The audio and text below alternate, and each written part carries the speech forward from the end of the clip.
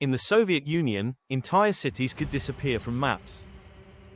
Not abandoned. Not destroyed. Simply erased. During the Cold War, one Soviet city existed behind fences, checkpoints, and armed guards for decades.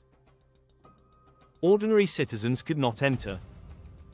Foreigners were completely forbidden. And even mentioning the city publicly could create problems. But hidden behind that secrecy was something far more dangerous than most people realized. Because the city was built around one of the Soviet Union's most secret military projects. And when something went wrong, thousands of people were exposed before they even understood what had happened. This is the story of the secret Soviet city they tried to hide from the world. During the Cold War, the Soviet Union created dozens of closed cities. These locations officially did not exist for ordinary citizens. They were removed from maps. Road access was restricted.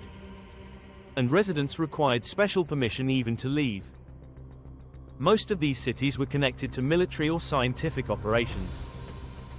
Weapons development. Missile systems. Nuclear research. Factories producing highly classified equipment. The government considered secrecy essential.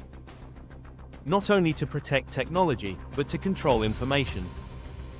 One of the most important of these hidden cities was built deep inside the Soviet Union, far from international borders. The location was isolated intentionally. Forests surrounded the area. Access roads were monitored. And the entire city operated under strict security. People living there had better salaries than average Soviet citizens. Stores were often better supplied. Housing conditions were sometimes improved compared to ordinary Soviet towns. But these benefits came with restrictions. Residents lived under constant surveillance. Travel was controlled. And discussing the city with outsiders was forbidden. The reason for the secrecy was enormous. The city played a major role in the Soviet nuclear weapons program. Inside heavily protected facilities, scientists and engineers worked on some of the most dangerous technology in the world. The Soviet Union was racing against the United States to build and expand its nuclear arsenal. This competition accelerated rapidly after World War II. Both superpowers feared falling behind. Both believed nuclear strength was essential for survival. And both invested massive resources into weapons development. Inside the secret Soviet city, production continued almost constantly. Factories processed radioactive materials. Research facilities operated day and night. Security forces guarded every entrance. The city became one of the most important locations in the Soviet nuclear system. But behind the official image of control and scientific progress, serious risks were growing. In the early years of Soviet nuclear development, safety standards were often limited. Technology advanced faster than protective systems. Workers handled extremely dangerous materials under intense pressure.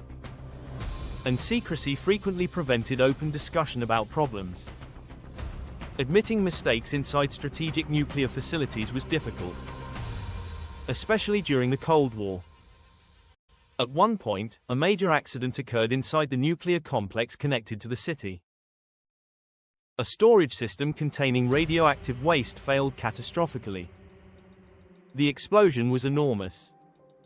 It released large amounts of radioactive contamination into the surrounding region. But unlike ordinary industrial disasters, this one remained almost completely hidden from the outside world. Nearby residents were not immediately told what had happened. Some villages continued normal daily life while radioactive particles spread across the area. People worked outdoors. Children played outside. Farmers continued operating in contaminated zones. Many had no idea they had been exposed. Inside Soviet leadership, panic spread quickly. Military officials and scientists understood the seriousness of the accident almost immediately. But secrecy once again became the priority. Public acknowledgement was delayed. Information was restricted. And the government focused first on containment rather than transparency. Over time, evacuation operations quietly began in certain areas. Some villages disappeared entirely. Homes were destroyed. Buildings were buried. And contaminated land was isolated from public access. Maps were altered.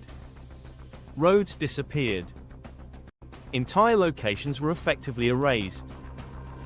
But even then, many details remained classified. The outside world knew very little about the scale of the disaster for years.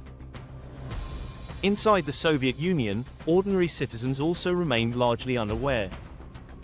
Discussion of nuclear accidents was heavily controlled.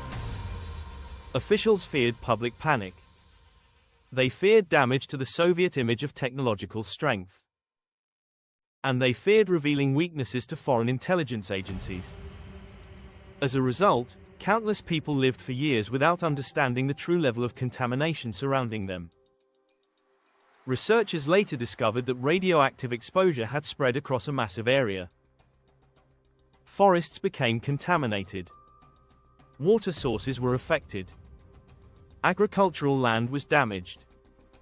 And thousands of people may have been exposed before proper safety measures were implemented. The disaster eventually became known outside the Soviet Union decades later, after political reforms weakened state secrecy. Scientists and historians began uncovering records. Former workers shared testimony. Documents surfaced describing the scale of the accident and the efforts to conceal it. For many people, the revelations were shocking. The existence of an entire hidden nuclear city already sounded unbelievable. But learning that a major radioactive disaster had been concealed for years made the story even darker.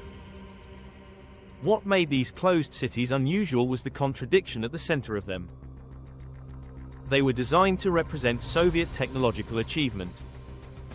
Yet secrecy often prevented honest discussion about the dangers involved. Workers were expected to maintain production no matter the risk.